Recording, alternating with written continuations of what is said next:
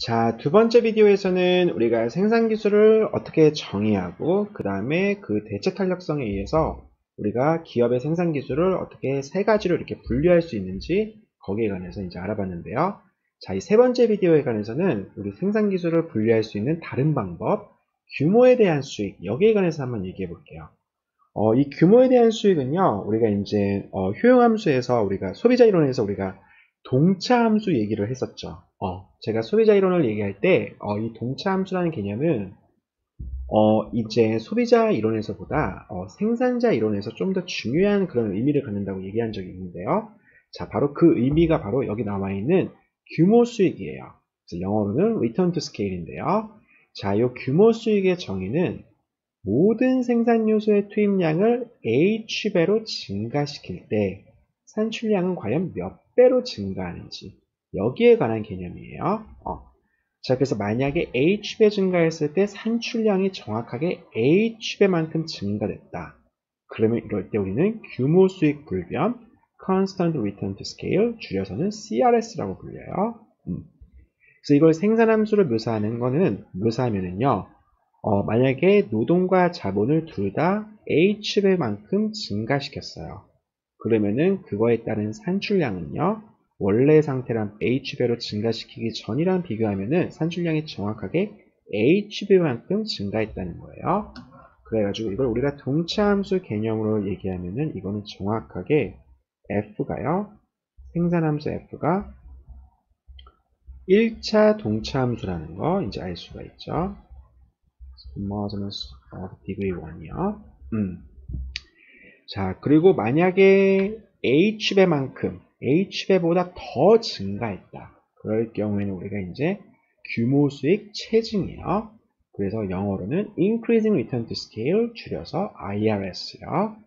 그 다음에 H배보다 덜 증가했다. 그럼 규모 수익 체감이요. Decreasing Return to Scale, 줄여서 DRS요. 자, 그래가지고 우리가 보통 규모 수익 체감은 기업 사이즈가 되게 큰, 한마디로 대기업에서 많이 볼 수 있는 거예요. 삼성이나 현대 같은 거 생각해 보면요, 엄청나게 많은 그런 사람을 고용하고 있고요. 그 다음에 전 세계의 공장이 엄청나게 많죠. 지금 고용하고 있는 사람과 그 다음에 현재 그런 플랜트의 개수를 2배로 늘렸어요. 그럼 과연 생산량이 2배로 증가할까요? 그렇지가 않죠. 자, 그래서 그런 대기업에서 보통 볼 수 있는 게 규모 수익 체감. 반면에 기업 사이즈가 작을 때 볼 수 있는 현상이 규모 수익 체증이에요. 그래서 스타트업 같은 경우요, 혼자 또는 2명이서 하는 그런 경영업체 생각해 보면은 사람이 1명 더 늘었을 때 그만큼 또는 자본이 그만큼 좀 더 증가했을 때요. 그럴 경우에 생산량이 그렇게 증가하는 거 쉽게 상상할 수가 있죠. 자, 아까 전에 두 번째 비디오에서 우리가 생산 곡선에 관해서 얘기를 했었는데요. 생산 곡선은 한 가지 투입량을 변화시켰을 때 산출량이 얼만큼 변화했는지. 그래서 만약에 레이버를 갖고 생각하면요. 이럴 때 지금 여기 이 변곡점을 중심으로요. 처음에는 만약에 노동을요, 현재 고용하는 사람을 2배로 늘려요. 그러면은 이 증가분은요, 노동의 증가분보다 더 커요. 그래서 이 구간에서는 IRS가 발생해요.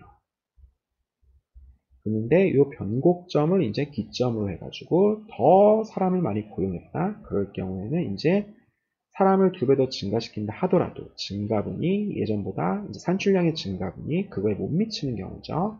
이럴 경우는 DRS가 발생해요. 자, 그래가지고 지금 이런 산업 같은 경우에는 자본의 그런 그러니까 요소의 변화량을 딱 고정시켜둔 채 또는 레이버만 갖고 생산하는 그런 산업일 때 이제 이렇게 IRS, DRS 이렇게 나눠준 거고요. 그냥 처음에 이제 한마디로 사람이 적었을 때 그때는 이제 서로 간의 어떤 감독 비용, 경영 비용, 회사 안에서 그런 인터널 코스트가 되게 작을 거라는 거 알 수 있죠. 그래가지고 사람을 많이 고용하면 고용할수록 그만큼 산출량은 더 많이 증가하는 이런 IRS의 그런 모습을 띠고요. 그 다음에 사람의 그런 고용 숫자가 증가하면 증가할수록 이제 경영 비용, 감독 비용 이런 게 증가할 테니까요. 자연스럽게 이제 DRS의 이런 성격을 띈다는 거예요. 그걸 설명하기 위해서 나타나는 거지. 원래 정확하게 규모 수익을 얘기하기 위해서는요, 규모 수익이라는 건 기본적으로 모든 생산 요소가 H배만큼 증가했을 때, 그때 산출량이 과연 H배보다 더 많이 또는 덜, 아니면 정확하게 같이 증가하는지, 그걸 매주하는 거기 때문에요. 이거는 한마디로 모든 생산 요소가 변화 가능한 장기에서 적용될 수 있는 개념이에요. 자, 그래서 모든 투입 요소가 가변적이라는 것을 전제하지만 규모 수익을 정의할 수 있다는 거예요. 정확하게 테크니컬리 얘기하기 위해서는 그렇다는 거예요. 자, 그래서 대체 탄력성이 아까 전에 등량 곡선의 커베이처에 따라서 우리가 생산 기술을 이렇게 분류할 수 있는 그런 수단이었다고 하면은 이 규모 수익은요, 등량 곡선이 얼만큼 서로 간에 이렇게 조밀하게 모여 있는지, 간단하게 얘기해서 등량 곡선의 density에 의해서 우리가 생산 곡선을요, 기업의 생산 기술을 분류해 줄 수 있어요.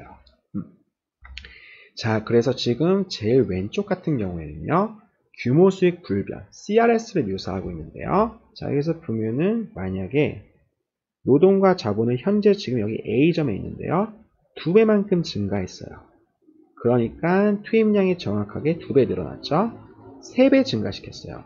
그러니까 투입량이 정확하게 3배 늘어난 거 확인할 수 있죠.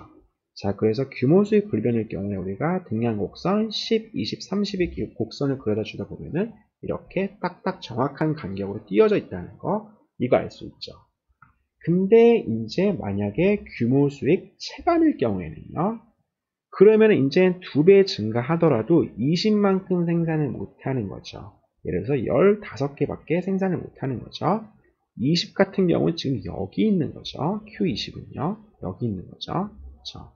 Q30은요. 저 위에 있는 거죠. 여기 있는 거죠. 자, 이렇게 등량 곡선의 간격이 점점 이렇게 넓어지는 거 볼 수 있죠.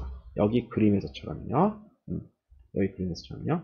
그래서 여기 같은 경우는 지금 초반에 여기서 요만큼 지금 2배가 안 되죠. 요때는 IRS로 보이지만 이렇게 지금 3배를 더 생산하기 위해서는 그러면은 지금 이거는 3배가 될 것 같은데요. 어쨌든요. 이게 간격이 넓어진다는 거예요. 자, 그래서 그림이 조금 애매하긴 하지만 어쨌든 중요한 거는 규모 수익 불변은 10, 20, 30 이런 등량 곡선이요. 2배 더 많이, 3배 더 많이 이렇게 등량 곡선이 정확한 일정한 간격을 유지하는 반면에 규모 수익 체감은요. 2배, 3배 해줄수록 퀀티티를 2배, 3배 늘려줄수록 이렇게 등량 곡선이 점점 간격이 벌어진다는 거. 반면에 규모 수익 체증은 점점 간격이 좁아진다는 거예요. 그래서 density가 점점 더 높아진다는 거. 한마디로 등량 곡선이 좀 더 조밀하게 모여있는 케이스예요. 자, 그래서 대체 탄력성은 curvature에 관한 거, 그 다음에 규모 수익은 isoquant의 이제 density에 관한 거예요.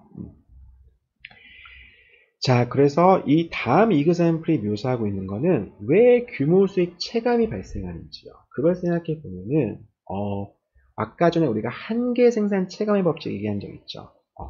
MPL이 기본적으로 0보다 크지만 그래서 사람을 많이 고용하면 고용할수록 생산량은 증가하지만요.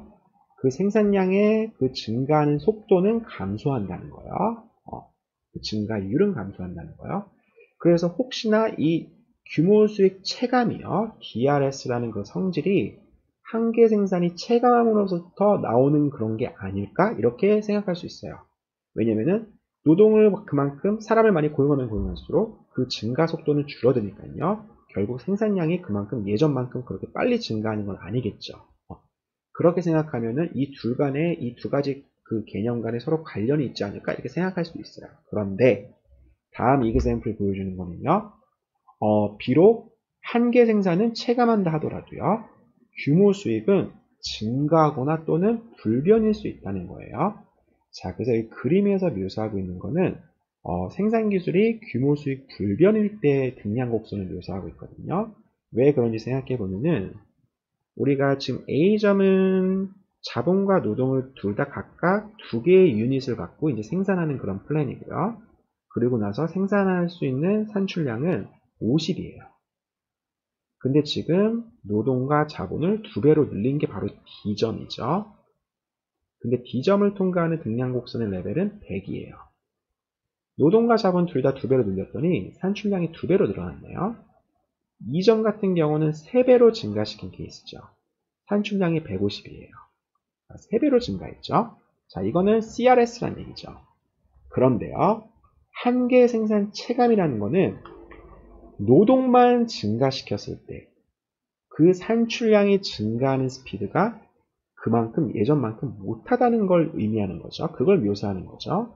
자, 여기서 지금 A점에서 자본은 그대로 2로 박아둔 채 노동만 이렇게 증가시켰어요. 그럴 경우에 A에서 B점, 예를 들어서 노동을 투입량을 2배로 증가시켰어요.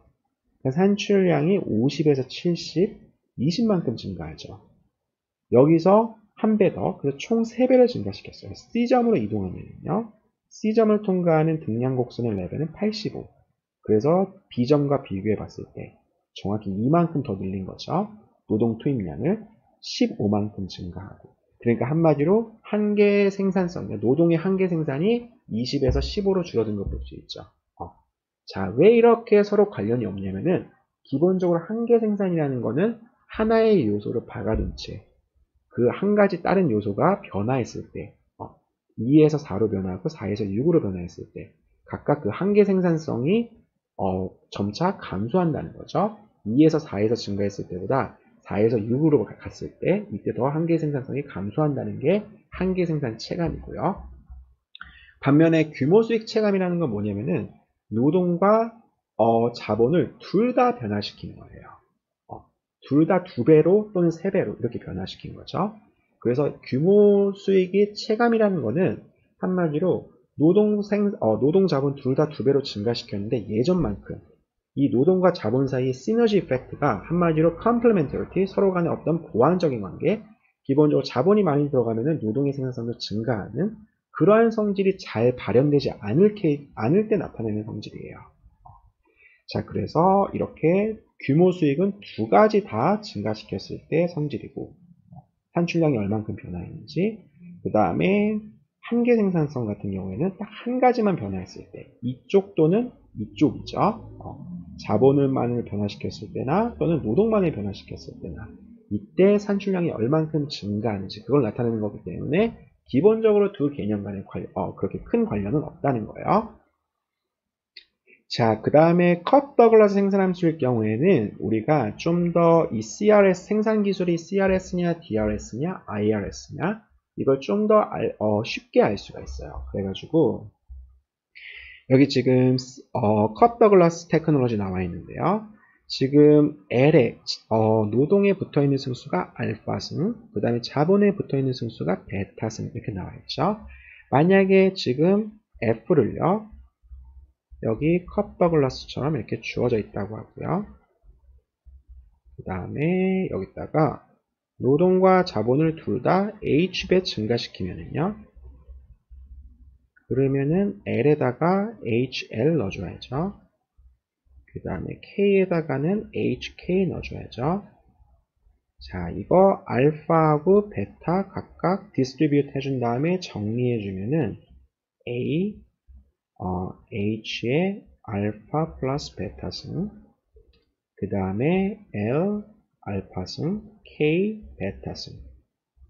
그래서 A, L to the alpha, K to the beta는 아까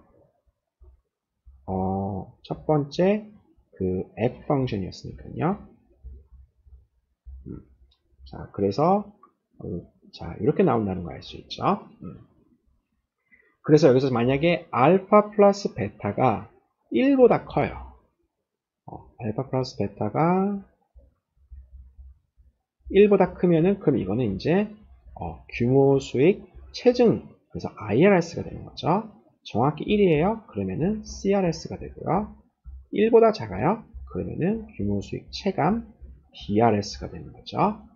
자, 그렇게 해서 이제 딱 컵 더글라스 폼으로 주어져 있다. 그러면은 노동에 붙어있는 승수랑 그 다음에 자본에 붙어있는 승수 이 두 가지를 딱 해가지고 우리가 더해준 다음에 이게 1보다 큰지 작은지에 따라서 규모 수익이 있는지 없는지요. 체증하는지 체감하는지 이걸 쉽게 우리가 알 수 있다는 점이요. 자, 그래서 우리가 여기서 한 가지 더 생각할 수 있는 거는 우리가 소비자 이론에서 우리가 보통 효용함수에 관해서 컵 더글라스가 주어졌다. 그럼 여기다 로그를 씌우고 그 다음에 또 여기다가 제곱을 하든 아니면 이거를 3분의 1승 하든 이런 모노톤 트랜스포메이션을 해도 상관이 없다고 했죠. 그건 왜냐면은요. 효용이라는 거는 기본적으로 기수적인 성질을 갖고 있는 게 아니고 서수적인 성질을 갖고 있어요. 한마디로 어떤 게 어떤 것보다 더 크냐 작냐 이것만 중요하지 얼마만큼 더 큰지 몇 배만큼 더 큰지 이런 거는 중요한 개념이 아니기 때문이에요. 결국에는 이 동차함수라는 개념은 효용함수에서 그렇게 큰 의미를 가지지 못해요. 그런데 이 생산함수에서는요. 생산함수의 그 결과는 산출량이죠. 눈에 보이죠. 만약에 여기다가 제곱을 해주면요. 2배 증가한 게 4배 갑자기 증가하고요. 3분의 1승 해주면은 2배 증가했던 게 이제 1.4배인가요? 그 정도밖에 증가 안 하는 거죠. 한마디로 산출량에 영향을 미치게 되죠. 그 회사의, 그 기업의 테크놀로지의 규모 수익에 영향을 미쳐요. 그러니까 생산함수에다가는 이렇게 우리가 모노톤 트랜스포메이션을 함부로 해줄 수가 없어요. 여기다 막 로그를 씌워주거나 막 이런 거 있죠. 이런 걸 이제 해줄 수가 없다는 거예요. 왜냐? 그러면은 규모 수익에 영향을 미치기 때문이에요. 자, 그래서 우리가 이런 생산자 이론에서 생산함수 같은 경우에는 이런 동차함수가 의미를 가진다는 거예요. 경제학적인 의미를 가지는 반면에 소비자 이론에서는 그렇지 않다는 점. 자, 그래서 컵 더글라스일 경우에 H배 늘리면은 전부 다 H배로 증가하는 규모, 만약에 이렇게 L의 승수랑 K의 승수를 더했을 때 1이 되는 경우, 이럴 때는 이제 CRS를 가진다는 거예요. 그 다음에 일반적으로 컵 더글라스의 대체 탄력성은 언제나 1. 이거 아까 전에 얘기한 점 있죠. 자, 그래서 규모 수익은 제 생각에 이 정도면 된 것 같고, 그 다음에 한 가지 마지막 주제가 기술 진보에 관한 얘기예요. 자, 그래서 기술 진보가 갖고 있는 거는요, 그 의미는 뭐냐면은, 만약 기술 진보가 발생하면은 그 요소의 생산성이 증가하게 되는 거죠. 예를 들어가지고 기술 진보라고 얘기하면은 보통 이제 어떤 자본의 어떤 그런 생산성이 증가하는 케이스가 되게 많은데요. 그래서 새로운 컴퓨터의 도입, 스마트폰의 도입, 아니면은 어떤 새로운 어떤 테크놀로지의 도입, 이런 걸 생각해보면 되게 이제 알기 쉽죠. 옛날에는 솔직히 어떤 계산하는 기술이 되게 이제 중요한 기술이었거든요. 그래서 유명한 수학자들은 대부분이 되게 계산을 되게 잘했어요. 근데 요즘에는 그런 계산하는 스킬 전혀 필요가 없죠. 제가 아무리 인간이 계산을 잘한다 하더라도 이 컴퓨터가 계산할 수 있는 능력, 그 스피드, 그 정확함, 이걸 따라잡을 수가 없어요. 그래가지고 이런 생산 기술이요. 이런 거는 이제 어떻게 보면 그 노동의 생산성, 이런 거 이제 노동 또는 자본의 생산성을 증가시킨다는 거예요. 자, 그래서 처음에 이 기술 진보를 경제학에 이제 소개하고 그 중요성을 강조한 사람이 우리 소비자 이론에서 얘기했던 존 힉스 있죠. 보상 수요 함수의 그 힉스의 대체 효과 뭐 이런 거 나왔을 때 얘기한 그 존 힉스요. 그 사람이 얘기했던 게 바로 뭐냐면은 그 다음 페이지에 나와 있는 중립적인 기술 진보예요. 자, 기술 진보의 원천은 연구 개발과 혁신, 이건 너무나 당연하죠. 자, 중립적인 기술 진보가 무슨 말이냐면은 어느 한 생산 요소의 생산성에 특별한 변화가 생긴 건 아닌 경우, 그러니까 MPL과 MPK가 만약 기술 진보가 발생했어요. 그러면은 노동 생산성과 한계 생산성이 자본 생산성이요 정확하게 같은 비율로 증가하는 케이스예요. 자, 언제 그런 게 발생하냐면요. 만약에 원래 테크놀로지가 이렇게 F에 의해서 묘사됐어요. 근데 거기 앞에다가 A라는 컨스턴트가 기술 진보가 생기면서 붙었어요. 그러면은요, 이제 MPL은 어떻게 계산되냐면은, 그러니까 노동의 한계 생산성은요, A에다가 이제 F를 L로 미분해 준 거죠. 그러니까 원래 기존 MPL에다가 A배만큼 증가한 거죠. 마찬가지로 MPK도 A에다가 F를 K로 관해서 편미분해 준 거니까요. 기존 MPK에서 A배만큼 증가하죠. 똑같은 비율로 증가한 거죠. 이게 바로 중립적인 기술 진보예요. 그래서 이런 중립적인 기술 진보일 경우에 등량 곡선이 어떻게 변하냐면요. 등량 곡선의 기울기, 한마디로 노동 생산성과 그 다음에 노동의 한계 생산과 자본의 한계 생산이 정확하게 같은 비율로 증가했기 때문에 RTS에 관한 변화는 없는 거예요. 단순히 기술 진보 전과 후를 비교해 보면요, 예전에는 Q바만큼 생산하기 위해서는 이 정도의 노동과 이 정도의 자본이 필요했어요. 근데 이제 기술 진보 후에는 Q바만큼 생산하기 위해서는 이것만 필요하면 된다는 거죠. 근데 각각 거기에서 이제 RTS의 비율은요, 정확하게 일치한다는 거예요. RTS의 변화가 없다는 거예요. 자, 이게 바로 중립적인, 힉스가 묘사한 중립적인 기술 진보고, 그 다음에 우리가 보통 현실 세계에서 볼 수 있는 거는, 현대사회에서 현실 세계에서 볼 수 있는 거는 노동 절약적 기술 진보예요. 자, 이거를 다른 말로 얘기하면은, 사람이 가지고 있는 스킬이 있죠. 자, 스킬을 대체한다는 의미에서 스킬 리플레이스먼트라고 얘기할 수 있는데요. 그 사람이 갖고 있는 스킬을 대체하는 기술 진보, Skill Replacement Technological Progress. 자, 이게 의미하는 건 뭐냐면요. 한마디로 어떠한 기술 진보가 사람들의 스킬을 이제 대신한다는 거예요. 아까 이제 계산하는 스킬, 이런 걸 이제 컴퓨터가 대신하죠. 옛날에는 사진을 찍기 위해서는 어떤 특별한 기술이 필요했어요. 옛날 카메라 같은 거 보면은요, 요즘도 그런 카메라가 나오는지 모르겠는데요. 초점을 정확하게 맞추려면 진짜 카메라다에서 좀 공부를 해야 되거든요. 근데 요즘 스마트폰 같고요. 그냥 걸어다니면서 사진 찍어도 되게 잘 나오죠. 그만큼 이제 카메라를 어떻게 다루는지 그런 스킬은 전혀 중요하지 않게 됐어요. 통계학을 몰라도 엑셀을 통해서요, 우리가 어느 정도 통계 분석을 할 수가 있죠. 이런 게 전부 다 Skill Replacement Technological Progress예요. 이와 반면에 Skill Complementary Technological Progress가 있어요. 그러니까 기술 보완적인 기술 진보죠. 기술이 기업의 기술, 테크놀로지랑 사람의 기술, 스킬이 이제 두 개 나와가지고 좀 헷갈리는데요. 그래서 Skill Complementary 기술 진보, Technological Progress요. 이게 의미하는 거는 스킬이 증가하면 증가할수록 좀 더 한마디로 응용이 가능한 그러한 기술 진보예요. 그러니까 아까 엑셀 얘기를 들었지만 엑셀 같은 경우는 마이크로소프트 엑셀이요. 이거는 통계학에 대해서 잘 몰라도 어느 정도 통계 분석을 할 수 있게끔 도와주는 프로그램이에요. 근데 또 어떤 프로그램에서 기술 진보가 발생하냐면요. 진짜 통계학을 제대로 알아야지만 쓸 수 있는 그런 프로그램도 있어요. 거기서도 기술 진보가 계속 발생하고 있거든요. 정말 카메라를 제대로 알아야지만 사진을 좀 더 하이 퀄리티를 찍을 수 있는 그런 카메라도 계속 나오고 있죠. 그런 것들이 전부 다 이제 기술 보완적인, 사람의 스킬의 보완적인 기술 진보 이거예요. 현실에서는 이 두 가지 전부 다 존재하는데요. 아무래도 영향력이 좀 더 큰 거는 스킬을 대체하는, 한마디로 사람의 어떤 스킬을 대체하는 그런 기술 진보죠. 자, 이럴 경우에는 등량 곡선이 어떻게 변화하느냐면요. 자, 이걸 쉽게 이해하는 방법은 지금 주어진 L에서요.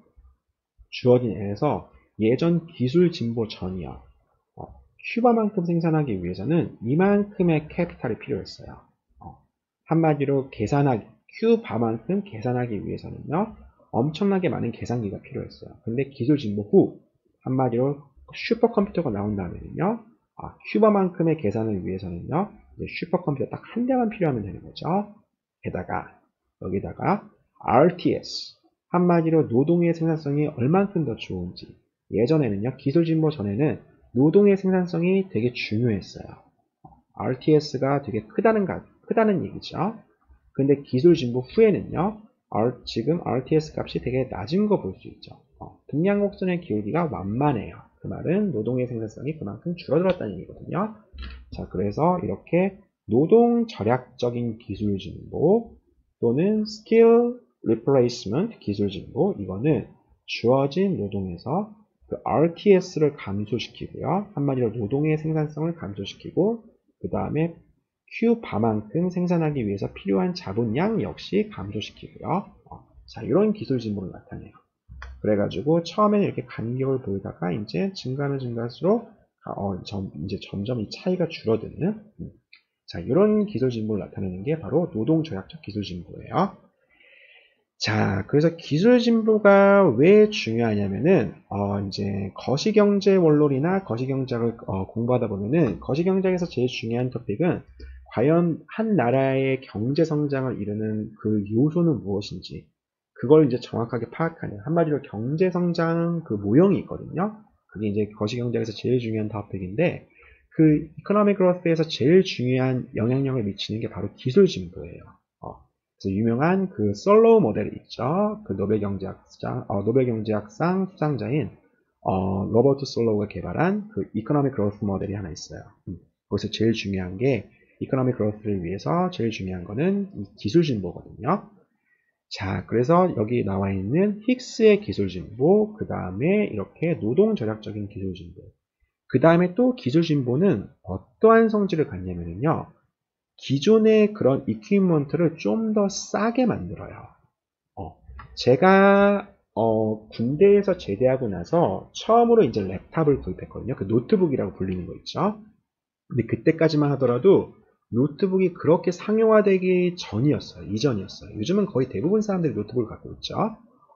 보통 타블렛 PC나 아니면 노트북 이런 거 전부 다 소유하고 있죠. 근데 그때는 그렇게 상용화되기 이전이었어요. 근데 그리고 게다가 그때는 랩탑 하나의 가격이 엄청 비쌌거든요.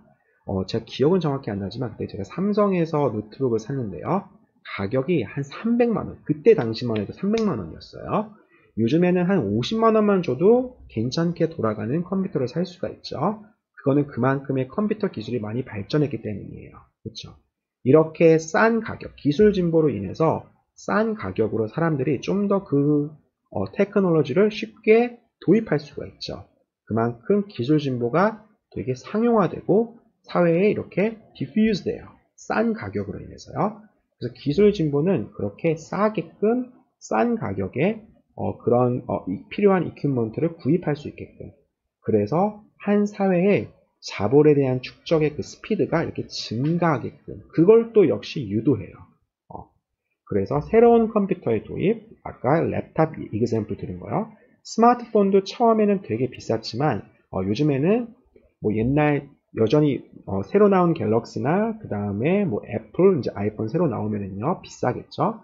근데 이전 모델 같은 경우는 이제 되게 싸게 구입할 수 있죠. 공짜 폰도 막 돌아다니고요.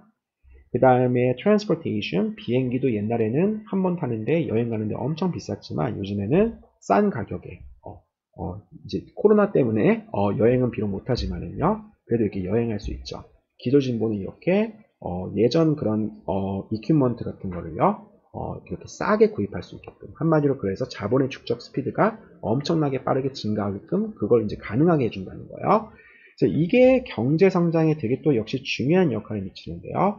실제로 그린우드라는 경제학자가 다른 코어서들과 함께 97년도에 쓴 논문을 보면은요, 미국에서 그 전쟁 후에 이러한 그 싼 가격으로 이제 구입할 수 있는 그런 기술 진보 효과가 미국 전체 경제 성장의 60%를 차지한다는 것을 이제 통계학적으로 증명한 논문이 있어요. 되게 유명한 논문인데요. 그만큼 기술 진보는 이렇게 중립적인 기술 진보나 아니면 노동절약적인 기술 진보나 아니면 이렇게 가격의 하락을 유도하는 그런 기술 진보 전부 다 경제 성장에 있어서 되게 키 디터미넌트가 된다는 거예요. 제 생각에 시간이 한 20분 정도 남은 것 같은데 여기서 이제 세 번째 비디오 마무리하고 제가 네 번째 비디오에서 9장 생산 비용에 대해서 살짝 얘기하고 이번 주 강의 마칠게요.